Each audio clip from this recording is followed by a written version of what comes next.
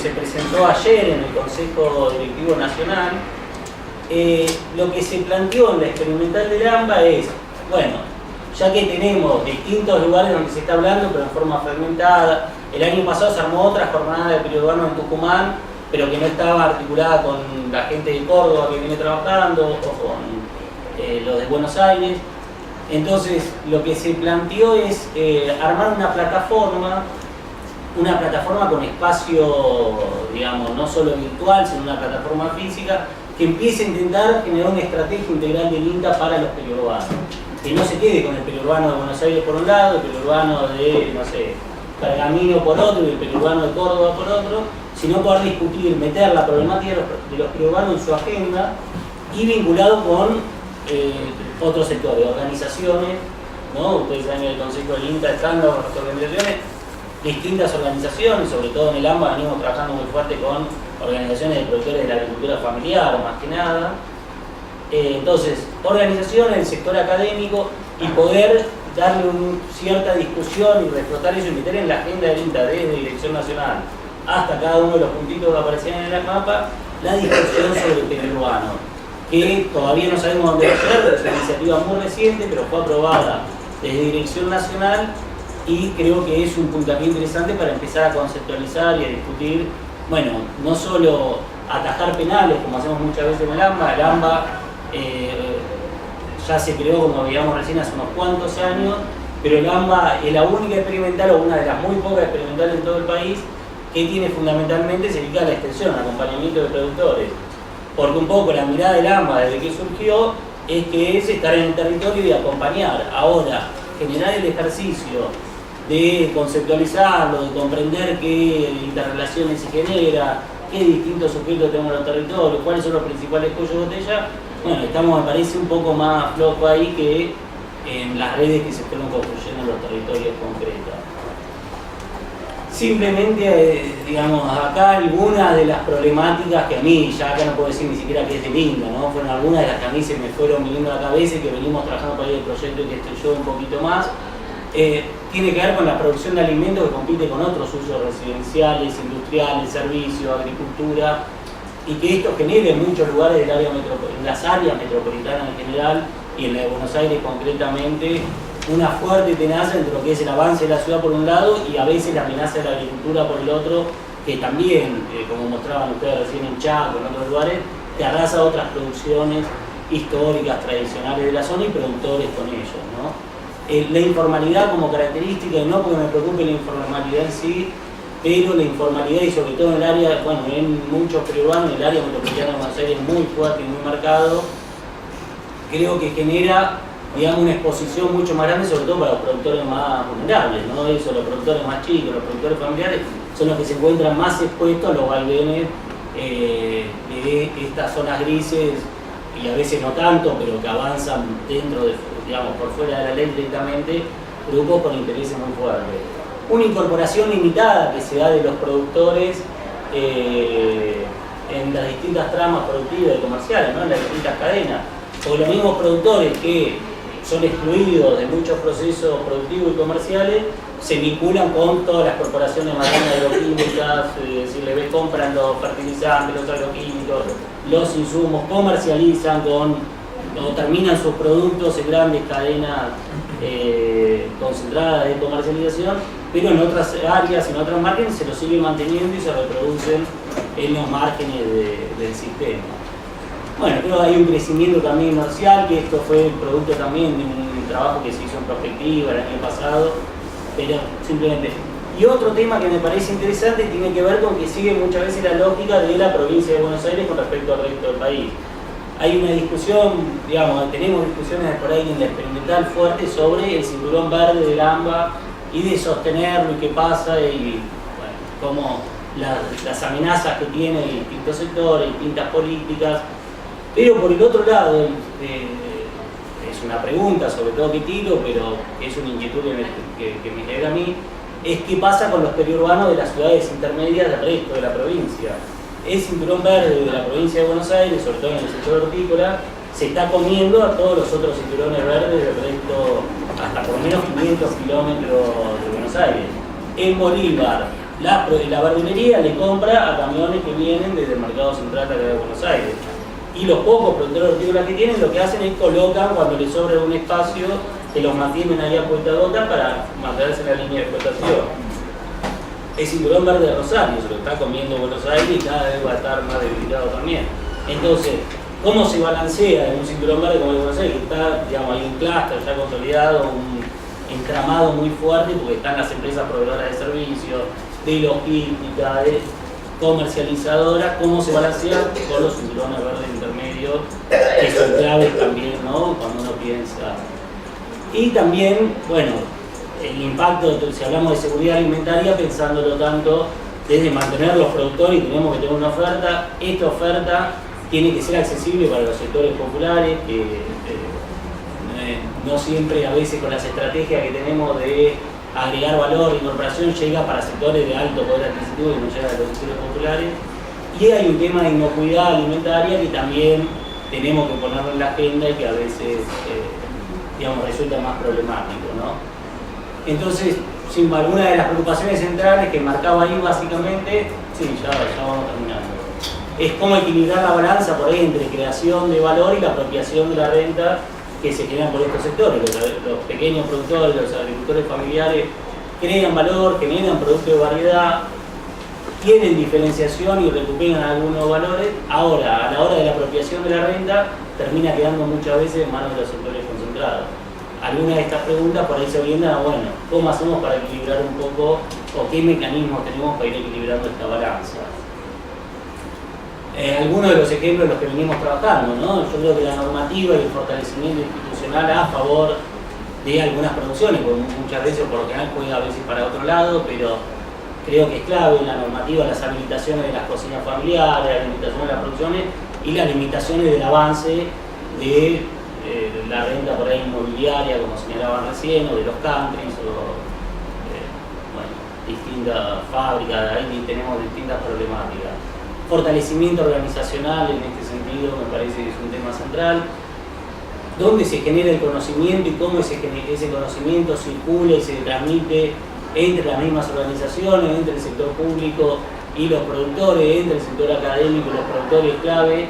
Muchas veces el conocimiento tracciona desde las empresas más grandes o las agroquímicas a los productores antes que desde el INTA. Bueno, la distribución y la comercialización me parece que son dos ámbitos fundamentales, que sobre todo la distribución no la estamos girando, por lo menos desde el INTA, ¿no? Creo que porque no tenemos las capacidades, hay otra gente por ahí puede hacerlo mejor que nosotros, pero me parece que es central para pensar desde dónde se tracciona.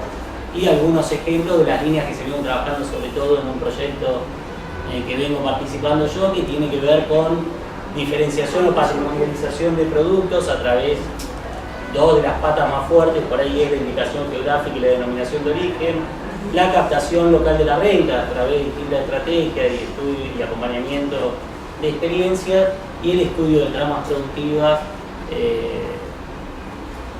y comerciales que vienen trabajando y articulando por ahí el módulo ese con el módulo donde está también Mariana Moritz.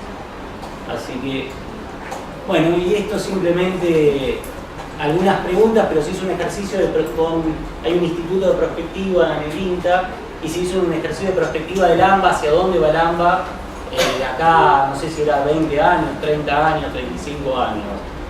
Y en realidad algunas de las conclusiones que llegamos es que el área metropolitana de Buenos Aires tiene un movimiento inercial que no es tan fácil de mover, ¿no? Ni por las políticas públicas, ni por algunos intereses concentrados que sigan avanzando permanentemente a lo largo del tiempo, ni la normativa. Ahora sí se presentan por ahí algunos escenarios disruptivos. Yo creo que esos escenarios disruptivos los llamaban aquellos escenarios que de alguna forma patean el tablero para un lado o para el otro.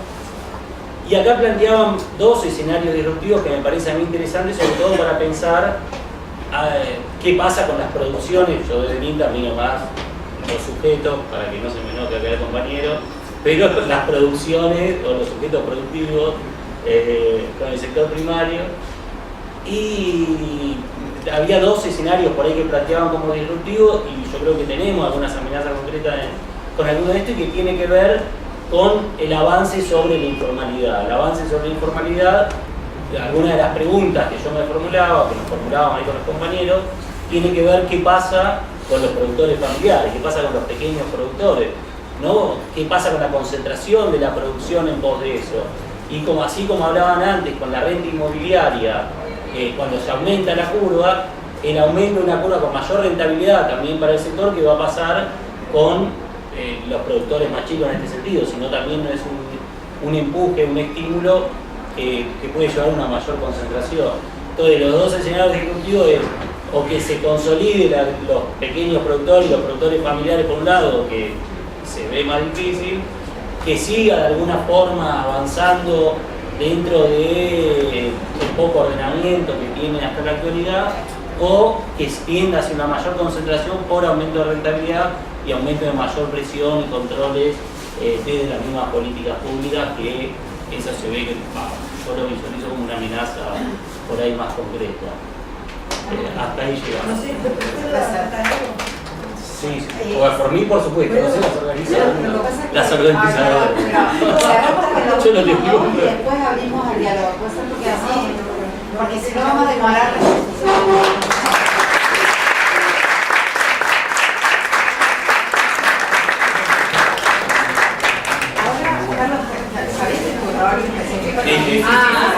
Me enteré al empezar. Perfecto. Entonces ahora sigue listo y la idea es que Carlos después retome algunas cosas que se fueron diciendo, tomamos un café y empezamos a conversar, ¿me parece bien?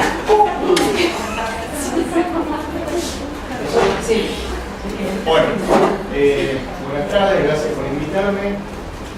Empiezo por presentarme, pero básicamente no para que me conozcan a mí, sino que en todo caso para que quede claro que lo que voy a decir no es patrimonio del que habla, sino parte del recorrido de varios años de lucha. Por lo tanto, lo que digo es parte de los colectivos sinónimos.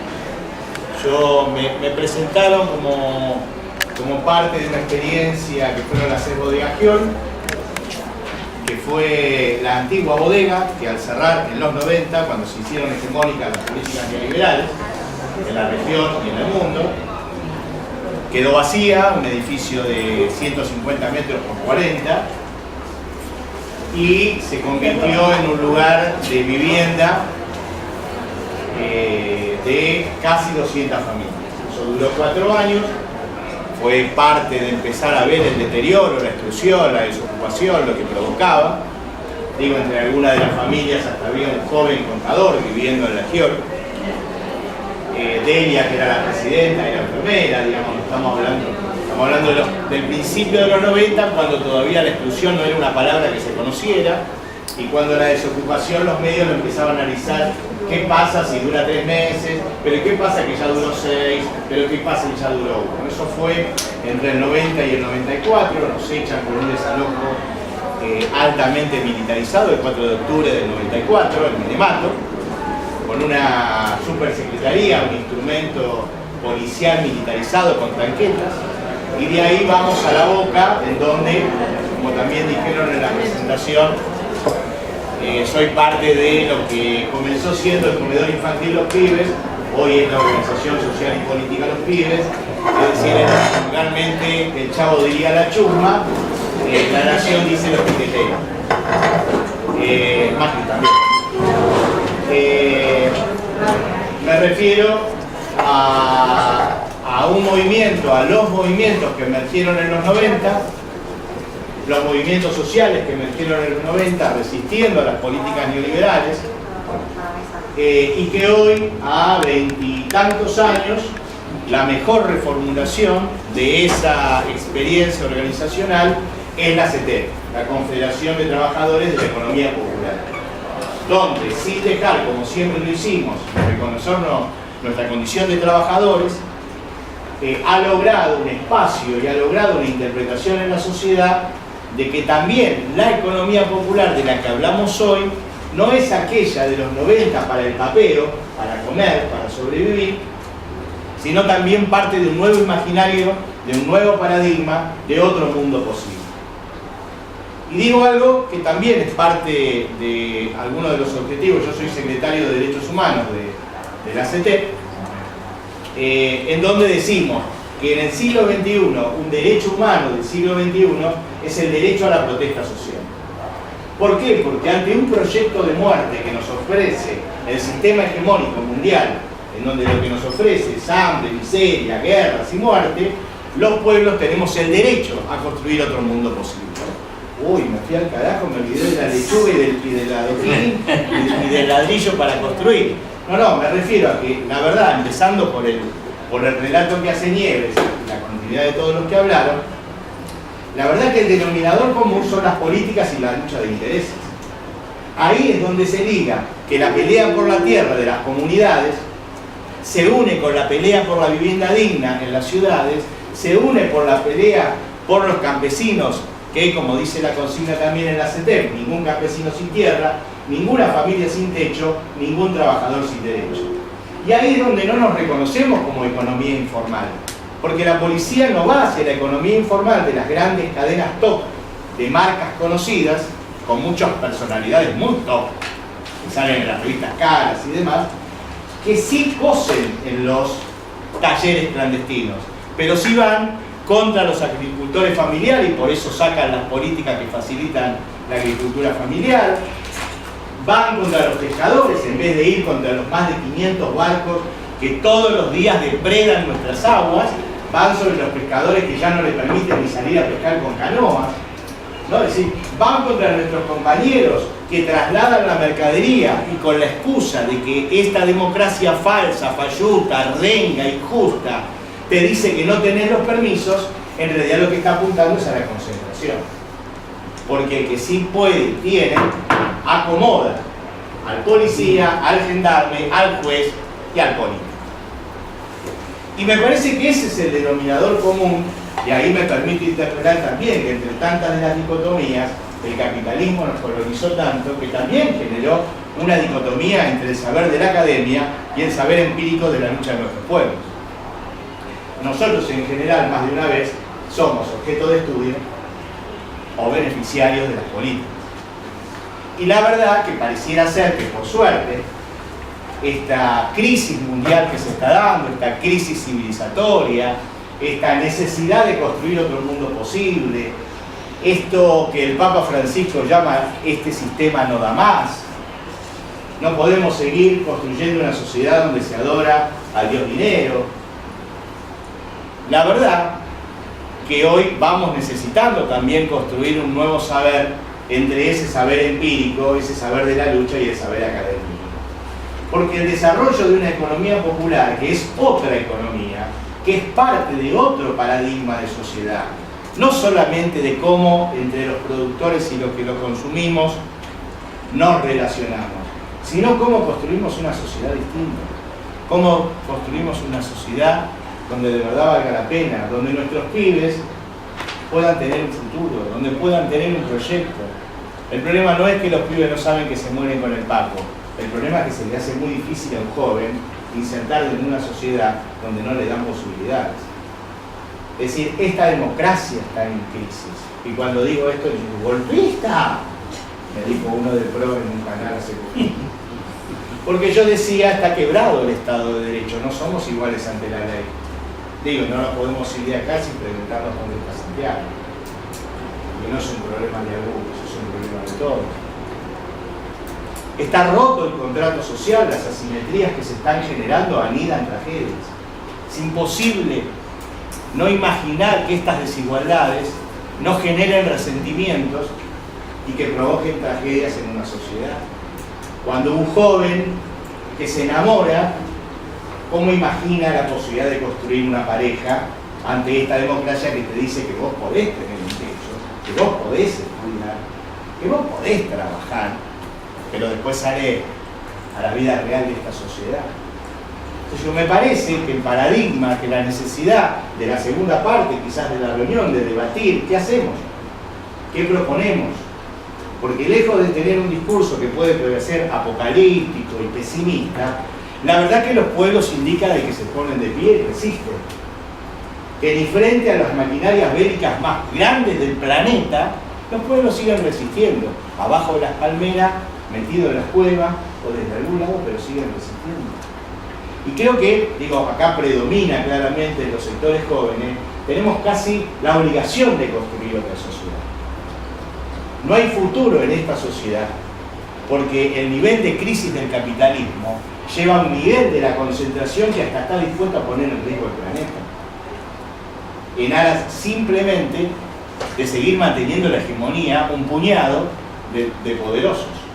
Cada vez más, ¿no? La descripción de Nieves, digo, fue clarísima, cómo ponen en riesgo el deterioro del agua, la explicación del extractivismo urbano, cómo todo es en aras de la propiedad privada, y hasta nos han convencido a veces que el saber es privado. Por lo tanto, si yo me quemé las pestañas estudiando, después quiero cobrar por lo que estudié. La verdad que las comunidades transmitían el saber como un derecho, como una obligación ancestral. Nos han metido tanto en la colonización de un capitalismo donde también en general pareciera que está mal transgredirlo. Y hay algo de lo que decía el Pumpa entre legalidad y legitimidad. Digo, preguntémonos, porque el 24 de mayo, los que construyeron el 25 de mayo de 1810 eran insurrectos. Los chisperistas eran los quilomberos, los piqueteros de aquella época que querían construir la patria. Bueno, ahora reivindicamos la patria. Claro, después fue legal. Pero primero lo que era legítimo. Voy a decir algo, espero no herir susceptibilidad, pero me permitan que estoy hablando no de las estructuras, sino de la simbología de lo que el peronismo silvestre se entiende como el peronismo. No hablo ni del PJ ni de ninguna estructura que diga ser peronista. Hablo de ese imaginario silvestre que piensa el peronismo como el anhelo de lo no cumplido.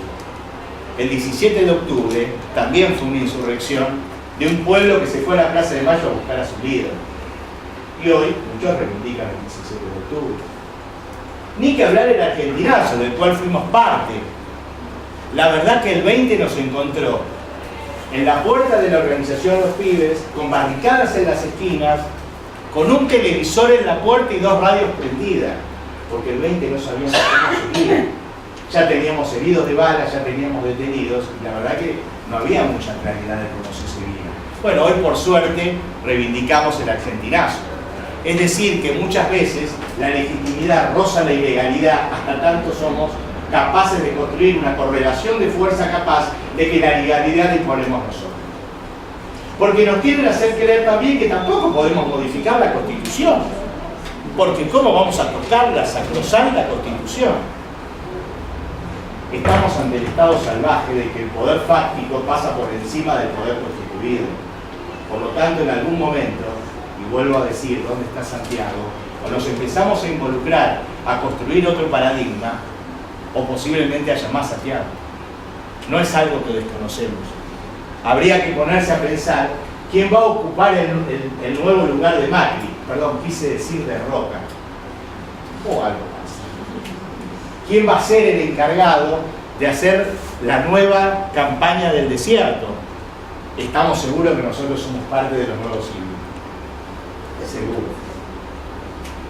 Porque van a avanzar a sangre y fuego a como dé lugar. Porque están dispuestos en aras de esa pequeña minoría de hacer lo que sea necesario. Quizás por eso dentro de unos días nos manden preso por la toma de la comisaría, olvidándose que tomamos la comisaría porque asesinaron a un compañero nuestro. Y seguramente los titulares digan que metieron preso a los que tomaron la comisaría, pero mataron a un dirigente como el Oso Cisneros en el 2º aniversario del puente Avellaneda, del puente de Corredor, cuando ya había 5.000 personas haciendo la vigilia. Por eso creo que está bárbaro que reflexionemos, por eso creo que está bárbaro que construyamos diagnósticos, que encontremos denominadores comunes, pero creo que hay que tratar de entender el diagnóstico de que si no vamos por la construcción de un paradigma distinto, y eso implica no políticas partidarias, pero sí políticas, hay un enfrentamiento y es una guerra, y vienen contra nosotros, porque los pibes que mueren por el Paco son los nuevos NN, porque el narcotráfico tiene detrás la política y la corrupción que es funcional a que nada cambie. Porque dejó de ser simplemente el ejército de ocupación, la policía y la gendarmería, y también los narcos son parte de la pelea del territorio. Porque no es un problema moral, Porque no es un problema social ni porque no es un problema de salud, es un problema político. Vienen por nuestros territorios. Vienen por nuestros territorios para quedarse con los recursos naturales en un capitalismo extractivista y financiero. Por lo tanto, ya no nos necesitan ni como fuerza de trabajo ni como consumidores. Y lo dicen clarito, lo dijo el ministro. Si no pueden comprar la nafta, no la compran. Y usan el avance científico-técnico en vez de generar mejores condiciones para la sociedad, para que muy pocos puedan disfrutarlo. Por eso también van en contra de las políticas de salud. Nos van a hambrear, nos van a matar con la salud y nos están perjudicando en la educación, porque ellos sí forman sus cuadros, los que necesitan, y los nuestros los precarizan. Necesitamos juntarnos. La verdad que los necesitamos a muchos de ustedes. Necesitamos unir para la construcción de la economía popular los que manejan la biología. Necesitamos el saber aprendido. No es alpargata o libros, es alpargata y libros para construir otro paradigma. Por eso lo que los invitamos es a debatir por dónde, porque seguramente tenemos más preguntas que respuestas construidas, pero que se resuelven en la lucha. Porque propuestas hay muchas. El problema es que se conquistan cuando la lucha permite construir una correlación de fuerza capaz de enfrentar el poder fáctico. Así la CETEP ganó la ley de la emergencia social, con la construcción de la pelea de 1 año y medio que nos hizo llegar directamente al Ejecutivo sin intermediación del Poder Legislativo.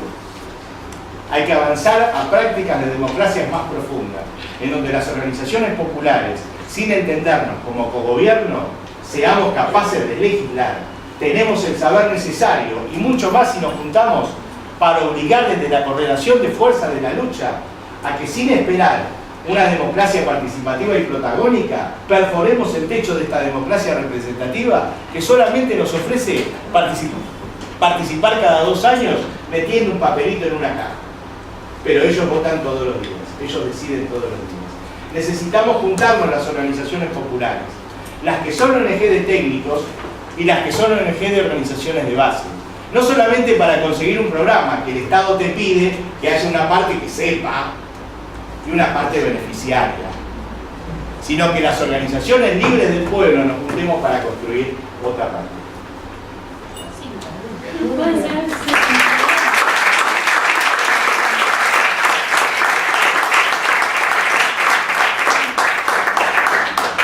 Bueno, nos queda... Ahora Carlos Vicente. Carlos Vicente. Buenas tardes a todas y todos, un gustazo estar acá, gracias al Instituto por esta oportunidad de diálogo. Cuando veía la foto de Andrés me acordaba que Andrés lo conocí en una actividad que organizaron desde el Instituto Norma, en el Instituto Goethe, hace ya casi 10 años, y empezamos a trabajar ahí y a andar un largo camino junto